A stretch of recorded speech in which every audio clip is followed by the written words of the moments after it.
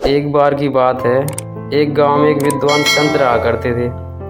एक दिन संत अपने शिष्य के साथ सुबह की सैर कर रहे थे। अचानक एक व्यक्ति उनके पास आया और उन्हें बुरा भला कहने लगा। उसने संत के लिए बहुत सारे अशब्द कहे, लेकिन संत फिर भी मुस्कुराते हुए चलते रहे। उस व्यक्ति ने देखा कि संत पर कोई असर नहीं हुआ तो वह व्यक्ति और भी क्रोधित हो गया और उनके बाप दादाओं तक को गालियां देने लगा।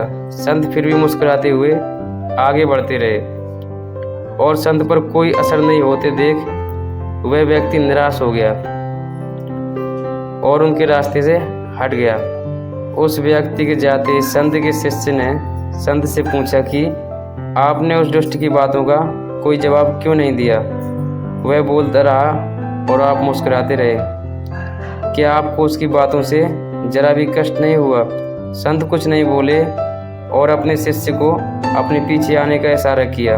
कुछ देर चलने के बाद वो दोनों संत की कुटिया तक पहुंच गए। उससे संत बोले, तुम यहीं रुको, मैं अंदर से अभी बाहर आया। कुछ देर बाद संत अपनी कुटिया से बाहर निकले तो उनके हाथों में कुछ मैले वस्त्र थे। उन्होंने बाहर आकर उस शिष्य से कहा, ये लो, तुम अपने वस्त्र उतार कर यह वस्त्र धारण कर लो।